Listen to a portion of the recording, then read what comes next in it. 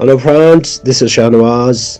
آج کی ہماری موٹیویشنل سٹوری: آپ نادانوں سے ایک عقل مند آدمی کو الگ نہیں کر سکتے، ہاں اس کم عقل کو خود سے جدا ضرور کر سکتے ہیں۔ نیوزی لینڈ کے ایک قصبے میں تھامس نام کا بڑا بزنس مین رہتا تھا۔ اس کے مرنے کے بعد اس کا بیٹا شان اس کا وارث ہوا۔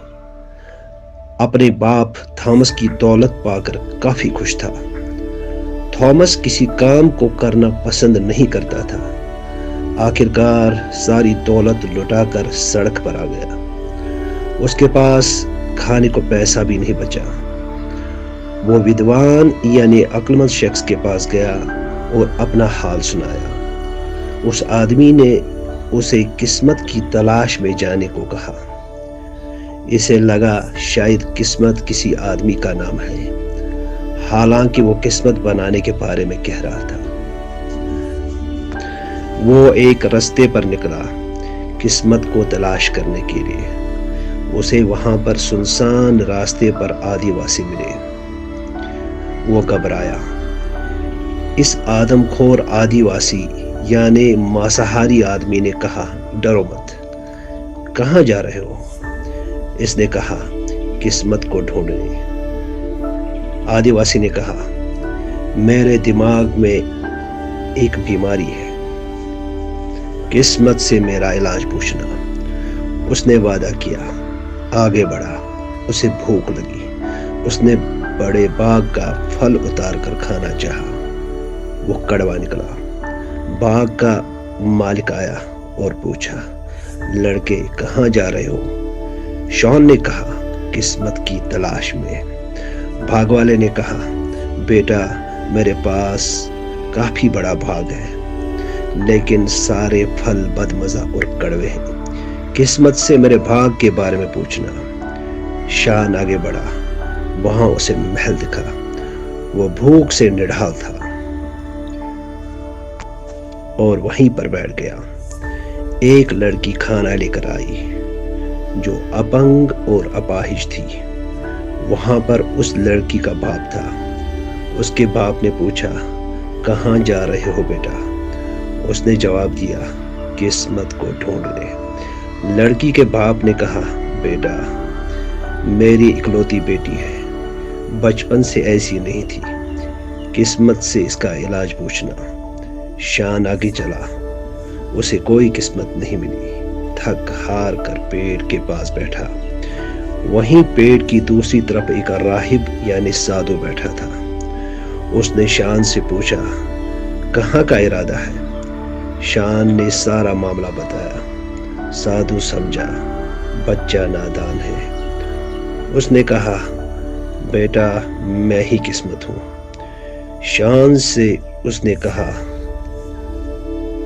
جو جواب میں نے تم سے بتایا جاؤ ان سے یہی جواب بتاؤ۔ اس نے سادھو سے کہا، اور میں؟ سادھو نے جواب دیا، تیری قسمت کو میں تیرے ساتھ بھیج رہا ہوں، صرف انتظار کرو۔ شان چلا گیا اور محل والے امیر آدمی کو حل بتا دیا۔ اس کے بعد باغ والے کو حل بتا دیا اور آدی واسی کے پاس پہنچا۔ آدی واسی نے ماجرا پوچھا۔ شان نے سارا ماجرا بتایا۔ اور جو محل کی امیر آدمی کی اکلوتی بیٹی ہے، قسمت نے اس کا علاج ببول کے پیڑ کی جڑ میں رکھا تھا۔ اس نے جڑ چبائی، وہ ٹھیک ہوئی۔ اس امیر شخص نے میرے ہاتھ میں اس خوبصورت اکلوتی بیٹی کا ہاتھ دیا، لیکن میں نے انکار کیا۔ پھر میں باغ والے کے پاس گیا۔ وہ جس نہر سے پانی برتا تھا، اس نہر میں ہیرے تھے۔ ان ہیروں کی وجہ سے پانی زہریلا بن گیا تھا، اس لیے اس باغ میں پھل کڑوے تھے۔ اس باغ والے نے اربوں روپے کے ہیرے مجھے تحفے میں دیے، میں نے انکار کیا۔ آدی واسی نے پوچھا، میرا علاج؟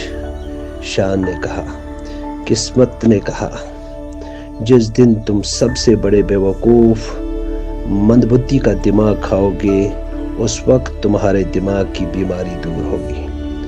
آدی واسی نے شان کو پاس بلایا، اسے قتل کر دیا اور اس کا دماغ کھایا اور اوپر کی طرف منہ کیا۔ اور کہا اوپر والے تیرے گھر میں دیر ہے اندھیر نہیں۔ دوستو، ایک سچا عقل مند وہ ہے جو خود کو اس بیوقوف کے سامنے بیوقوف ہونے کا بہانہ کرتا ہے جو خود کو عقل مند تصور کرتا ہے۔ بیوقوف ایک چیز کو ایک ہی انداز سے ایک ہی طریقے پہ کرتا ہے اور نتیجہ مختلف پانے کی آرزو کرتا ہے۔ آپ نادانوں سے ایک کم عقل کو الگ نہیں کر سکتے، ہاں اس کم عقل کو خود سے جدا ضرور کر سکتے ہیں۔ سمجھدار لوگوں کو نظر انداز کرنے کا ہنر آتا ہے، لیکن بیوقوف اسی میں خوشی تلاش کرتے ہیں۔ نادان آدمی خوشی کی تلاش میں نکلتا ہے، سمجھدار انسان اسے قدموں میں پیدا کرتا ہے۔ عقل مند آدمی بیوقوفوں سے وہ سیکھ سکتا ہے جو بیوقوف عقل مند سے نہیں سیکھ سکتا۔ بیوقوف آدمی اس جگہ چھلانگ مارتا ہے جہاں اسے فرشتے بھی تھام نہیں سکتے۔ آپ آدمی کو سکھا سکتے ہیں، اس کی سوچ کو قابو نہیں کر سکتے۔ کچھ لوگ بیوقوف ہی رہنا چاہتے ہیں، لیکن حقیقت بدلاؤ مانگتی ہے۔ بیوقوفوں کی نگری میں سب سے مہان بیوقوف کی سر پر تاج رکھا جاتا ہے۔